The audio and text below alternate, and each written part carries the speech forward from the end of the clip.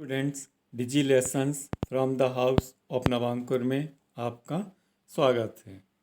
बच्चों, आज हम कक्षा 6 के विषय सामाजिक विज्ञान की पुस्तक सामाजिक एवं राजनीतिक जीवन के अध्याय 6 गांव का प्रशासन भाग 1 के बारे में पढ़ेंगे। बच्चों, मोहन एक किसान हैं। उसके परिवार के पास थोड़ी सी ज़मीन है जिस पर वह कई सालों से खेती कर रहा है। उसके खेत से लगा हुआ रघु का खेत है। दोनों के खेत एक छोटी सी मेड़ से अलग हैं। एक सुबह मोहन ने देखा कि रघु ने मेड़ को थोड़ा आगे बढ़ा लिया था।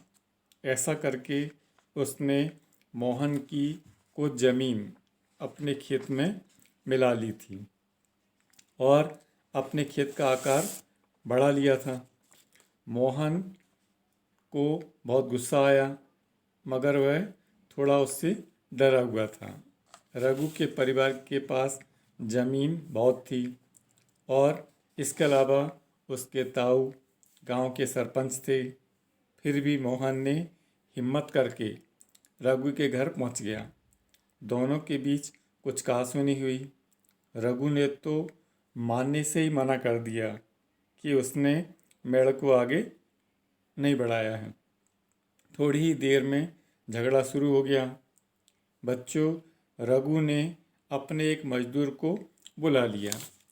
दोनों मिलकर मोहन पर चिल्ला रहे थे।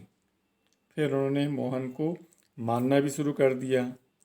हल्ला सुनकर पड़ोसी आ गए। उन्होंने देखा कि मोहन की पिटाई हो रही है। बीच बचाव करके उन्होंने मोहन को बचाया। मोहन के सिर और हाथ में चोट आई थी। एक पड़ोसी ने उसकी मरहम पट्टी की।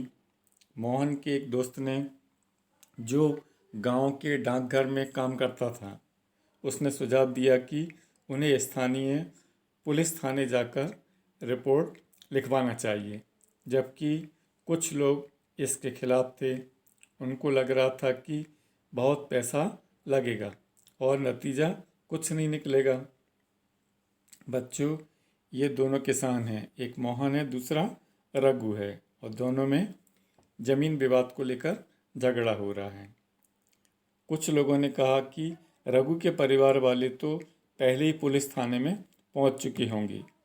काफ़ी सोच विचार के बाद अंततः यह तय हुआ कि जिन पड़ोसियों की आंखों के सामने यह घटना घटी है, मोहन उनको लेकर पुलिस थाने जाएगा। बच्चों, पुलिस थाने का क्षेत्र। थाने के रास्ते में एक पड़ोसी ने पूछा, क्यों ना हम थोड़ा और पैसा खर्च करके शहर के बड़े थाने चलते हैं। मोहन ने समझाया कि बात पैसे की नहीं है।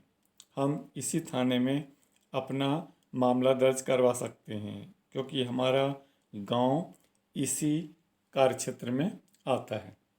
बच्चों, हर पुलिस थाने का एक कार्यक्षेत्र होता है जो उसके नियंत्रण में रहता है।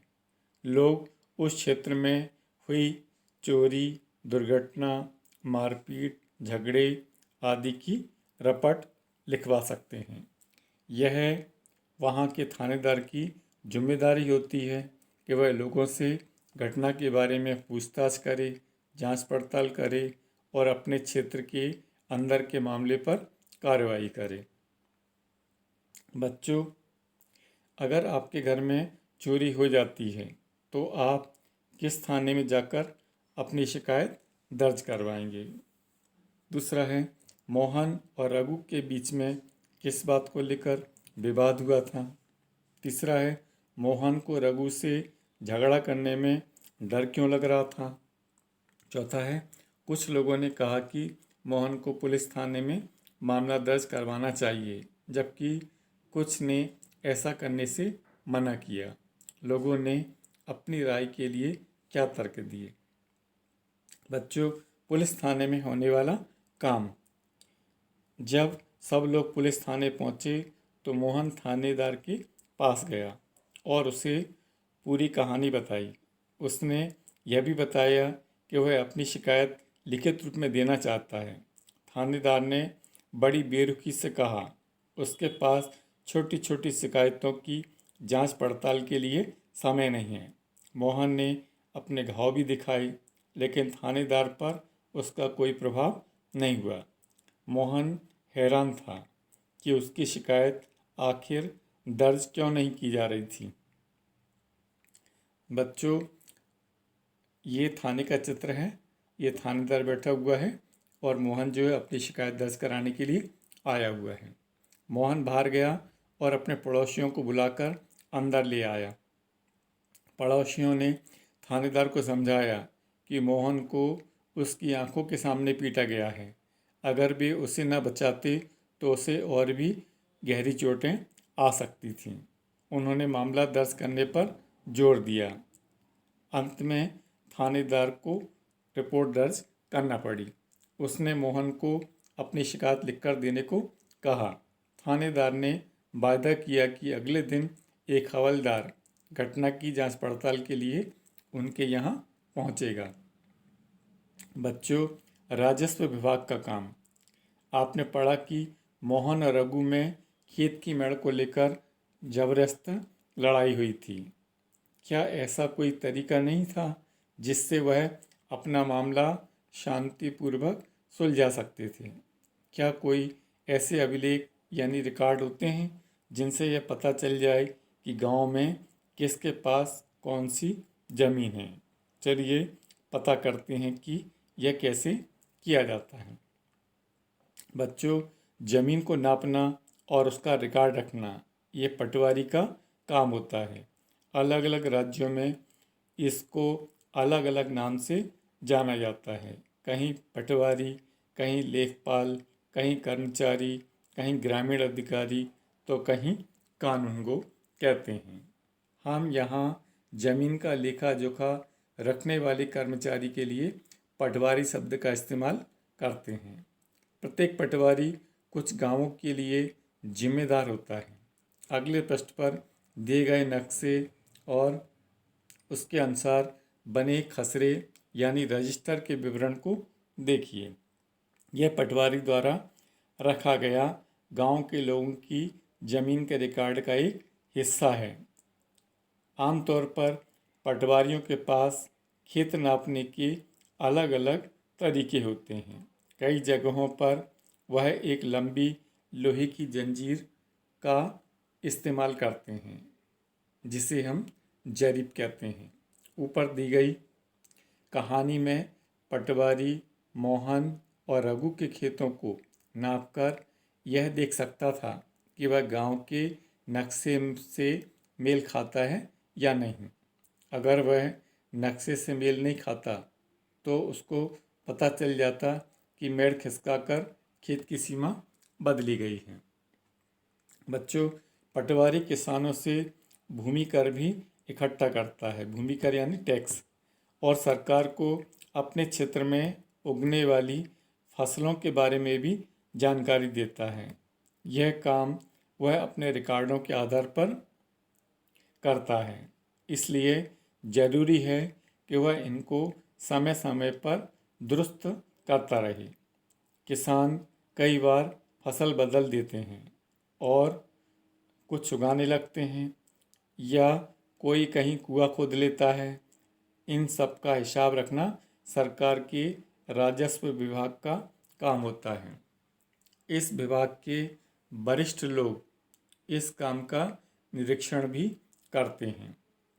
बच्चों, भारत में सभी राज्य जिलों में बटे हुए हैं। ज़मीन से जुड़े मामलों की व्यवस्था के लिए इन जिलों को और भी छोटे खंडों में बांट दिया जाता है।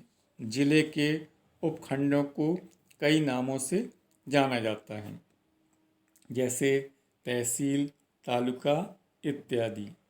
सबसे ऊपर जिलाधिकारी होता है और उसके नीचे तहसीलदार होते हैं।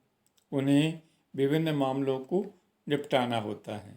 वे पटवारी के काम का भी निरीक्षण करते हैं और यह सुनिश्चित करते हैं कि रिकॉर्ड सही ढंग से रखे जाएं और राजस्व इकट्ठा होता रहे। राजस्व का मतलब विभिन्न तरह की टैक्स के रूप में जो पैसा आता है उसको राजस्व कहते हैं। वे यह भी देखते हैं कि किसानों को अपने रिकॉर्ड की नकल आसानी से मिल सके। वे विद्यार्थियों को ज़रूरत पड़ने पर जाति प्रमाण पत्र आदि भी जारी करते हैं। तहसीलदार के दफ्तर में ज़मीन से जुड़े विवाद के मामले भी सुने जाते हैं। बच्चों, अब एक नया कानून के बारे में पढ़ेंगे। हिंदू अधिनियम द्वारा 2005 में एक नया कानून बना है, उसके बारे में जानेंगे। बच्चों, जब हम उन किसानों के बारे में सोचते हैं जिनके पास ज़मीन है तो आमतौर पर हमारे ध्यान में पुरुष होते हैं। महिलाओं की हैसियत खेतों के काम में एक मददगार भर की मानी जाती है। उनके बारे में ज़मीन के मालिक के रूप में कभी नहीं सोचा जाता।